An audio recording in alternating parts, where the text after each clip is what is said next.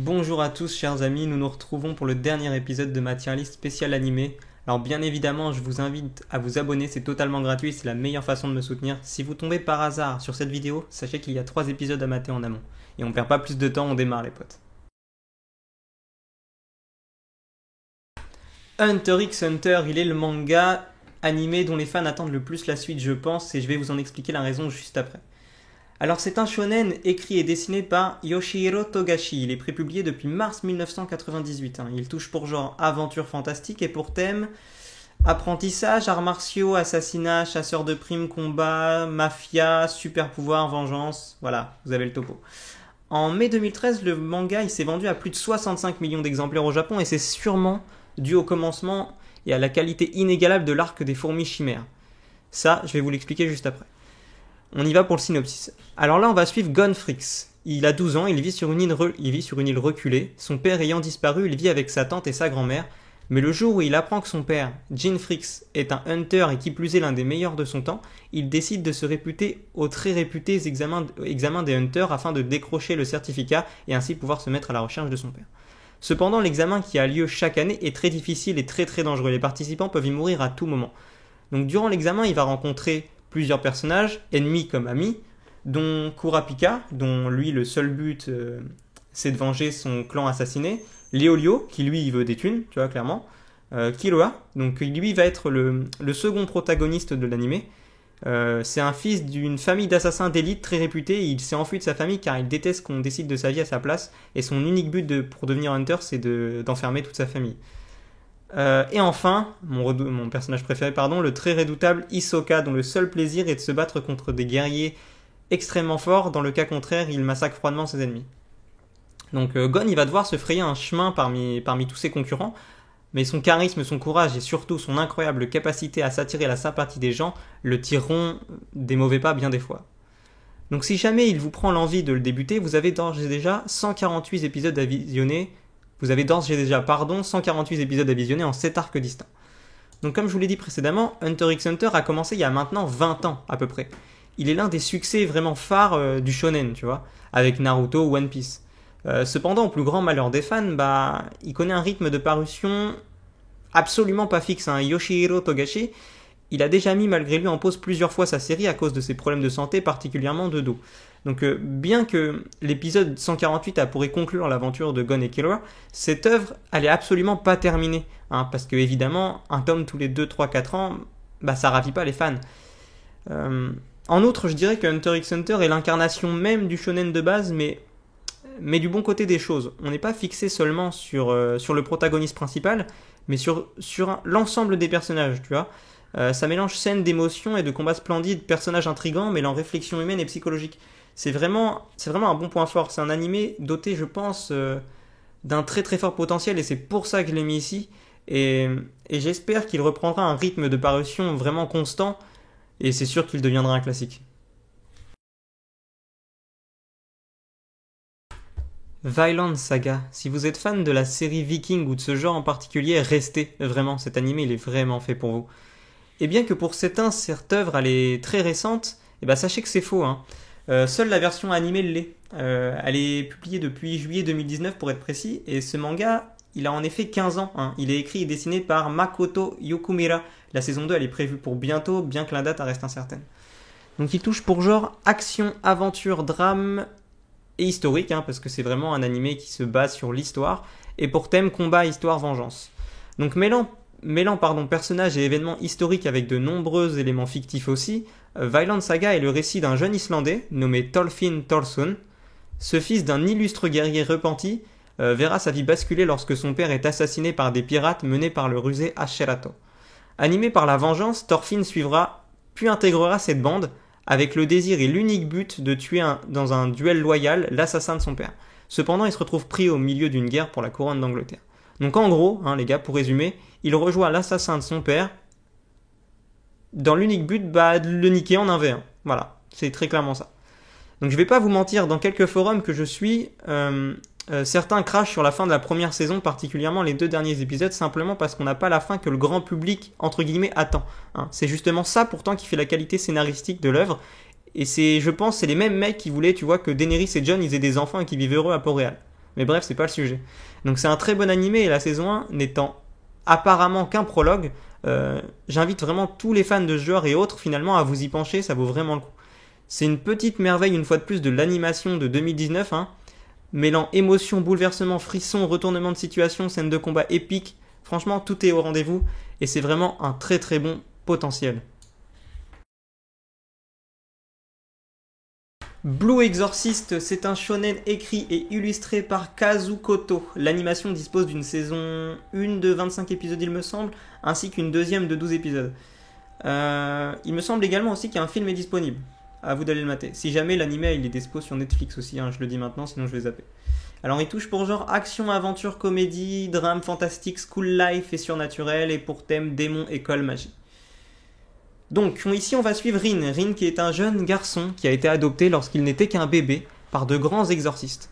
Un jour Satan apparaît pour lui révéler qu'il est son père et l'emmener dans son monde. Cependant il est impossible pour Rin d'oublier tout ce que son père adoptif lui a enseigné jusqu'à aujourd'hui. Et ce dernier va être confronté à un adversaire invincible qui a détruit le seul homme à l'avoir jamais aimé. Donc le jeune garçon choisit alors de combattre aux côtés des exorcistes, quitte à libérer lorsqu'il dégaine l'épée de son père, la puissance démoniaque qui sommeille en lui, parce que oui, c'est le fils de Satan. Donc en raccourcissant tout ça, nous avons un jeune homme qui est biologiquement le fils de Satan, nommé Rin, qui veut déglinguer son papa maternel afin de venger le sien adoptif. Voilà, ça c'est en gros. Sauf que Satan, il a engendré non pas un, mais deux enfants, Okumura Rin et Okumura Yukio. Cependant, seul Rin a hérité des pouvoirs de Satan, Yukio étant trop faible. Donc, il a engendré deux fils dans un but précis, et accrochez-vous parce que là c'est complexe. Si ce dernier a voulu mettre au monde deux fils, c'est non pas pour vivre une vie douce et heureuse, hein, mais plutôt parce que le monde de Blue Exorcist se compose de deux dimensions qui s'opposent, donc comme deux faces miroirs par exemple. Donc le premier c'est le monde dans lequel vivent les humains, nommé Asya, et l'autre monde, c'est le monde des démons, la Géhenne. Normalement, le voyage et la forme de contact entre les deux est impossible. Cependant, Satan, il a réussi, et afin de pouvoir rester dans le monde des humains, il a engendré donc ses deux enfants, parce qu'il a besoin d'un réceptacle assez puissant pour pouvoir y rester. Donc là, nous avons honnêtement un bon animé, un bon shonen aussi, tu vois. Une histoire sympa, avec de légers retournements de situation. Une très belle animation cependant quand même nous est offerte par A1 Pictures, de beaux combats, de belles images, vraiment, ça se regarde bien. Et Blue Exorcist, c'est un très bon correct. Owari no Seraph, ou bien Seraph of the End, est un manga dark fantasy créé par Tagaya Kagami et illustré par Yamamoto. L'adaptation en animé est produite par Wit Studio, on en a déjà parlé de celui-ci. Vous avez à votre disposition 2 saisons de 12 épisodes, il me semble. Il touche pour genre action, drame, fantastique et surnaturel, et pour thème démons, famille, post-apocalyptique, et vampires. Donc là, sur celui-ci, moi j'adore le synopsis perso, alors je vous invite à bien l'écouter. Donc l'histoire a suivi l'aventure de Yu, un jeune orphelin. Le monde est ravagé par une terrible maladie. Les enfants de moins de 13 ans étant pour une raison complètement inconnue, immunisés contre le virus. Eux, ils ont survécu. Mais ces derniers, ils ont été réduits en esclavage par des vampires qui sont tout d'un coup sortis des profondeurs de la Terre. Donc Yushiro Yakuya et Michael Yakuya, deux orphelins, servent de garde à manger aux vampires. Donc ils ont droit de vivre en échange d'un prélèvement de leur sang quotidien. Donc après une tentative d'évasion qui se solde par le massacre de tous leurs amis, Yushiro, lui, réussit à s'échapper en laissant pour mort Michael. Donc arrivé à la surface, Yushiro il va apprendre que l'humanité n'est pas entièrement décimée finalement, et il rejoint donc les rangs de l'armée démoniaque impériale du Japon, qui ont l'unique but d'exterminer les vampires.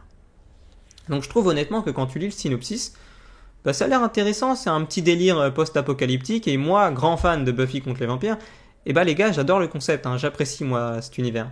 Donc cependant, dans mes souvenirs, c'est pas si foufou, hein. Je pense qu'il y avait vraiment un bon potentiel et qu'il n'a pas été exploité de la meilleure des manières. Sans spoil. Dans cet animé, on va suivre les deux côtés, hein, les humains résistants, ainsi que les vampires, pour une raison bien précise.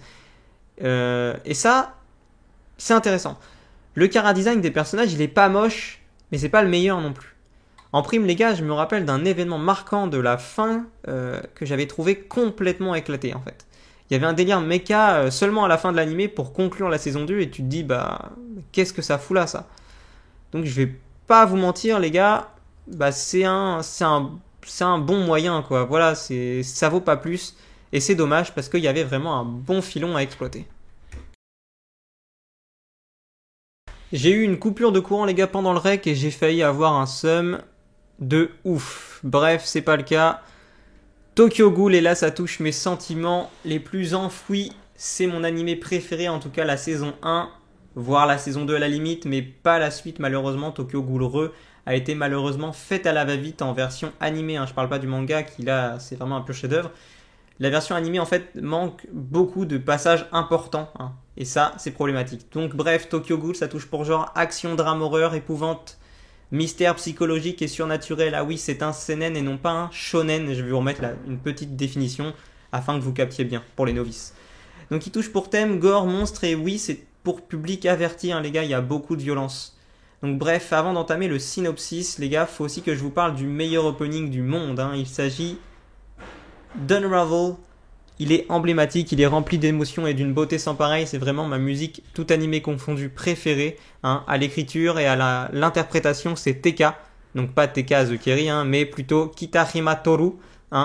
Il fait partie du groupe Link Toshite Shigure. Et je vous invite vraiment à l'écouter, c'est un pur chef-d'œuvre. Bref, on attaque. Tokyo est devenue une ville cruelle et impitoyable, un endroit où des créatures vicieuses, appelées ghouls, existent aux côtés des humains. Donc les habitants de cette grande métropole y vivent dans la peur constante de ces sauvages sanguinaires et leur soif de chair humaine. Cependant, la plus grande menace que les ghouls posent à la société, c'est le fait de se faire passer pour des humains sans aucun problème et de se fondre dans la masse, se fondre dans la société. Donc là, ici, l'histoire a suivi Ken Kaneki, un étudiant universitaire timide qui est immédiatement attiré par Riz Kishimoto, une lectrice avide comme lui. Un grand fan de littérature et du coup il se retrouve pour un petit date en tête-à-tête. Bref, c'est le pied pour lui. Cependant, Riz elle n'est pas exactement ce qu'elle prétend être et durant un rendez-vous, elle manque de tuer Kaneki en lui dévoilant sa nature de ghoul. Donc il va se passer un certain événement tragique que vous allez découvrir dès le premier épisode.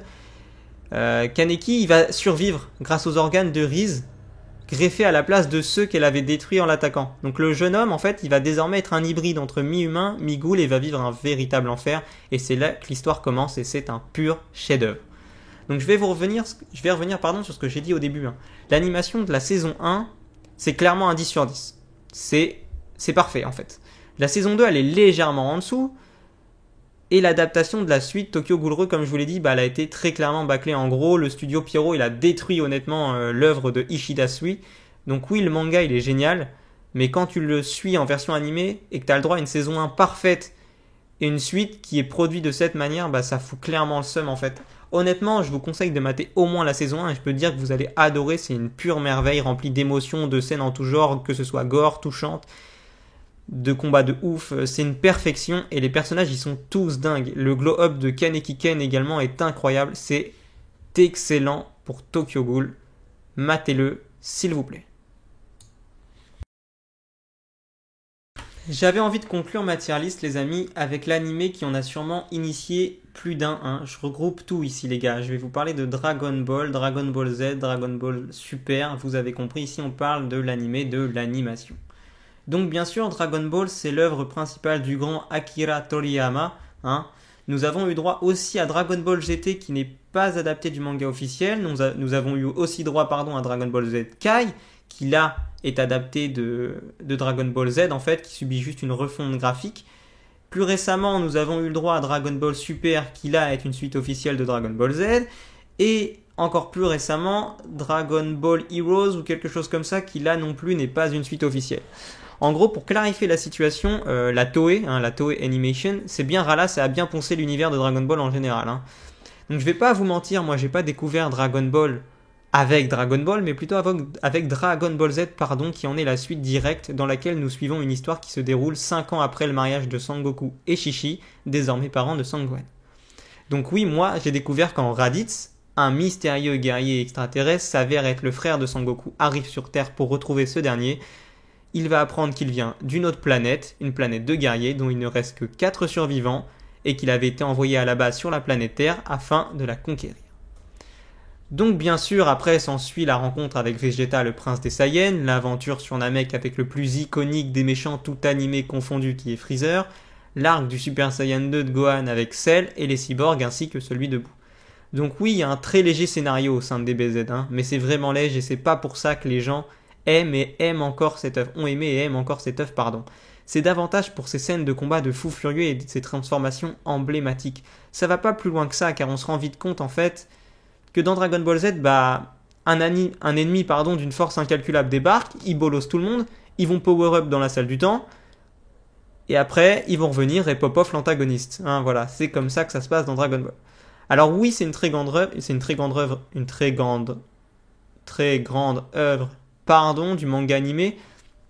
Et bien que je me sois pas encore plongé réellement dans Dragon Ball Super et encore moins dans Dragon Ball Super Heroes, pour finir, je comprends tout à fait hein, que ce soit un classique hein, pour à peu près tout le monde qui regarde des mangas. Cependant, je trouve que quand tu grandis un peu plus, ou alors comme moi, quand tu t'intéresses davantage à un scénario bien ficelé, tu trouves ça simplement bien. Voilà, c'est vraiment un classique, mais c'est juste bien. Je sais pas si vous captez mon point de vue.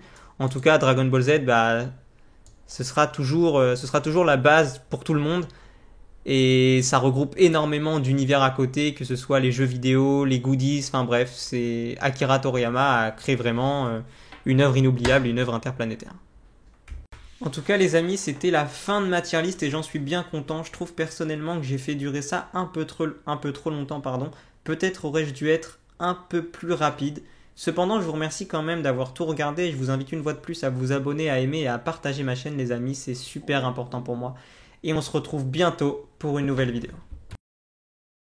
Abonne-toi Chacal.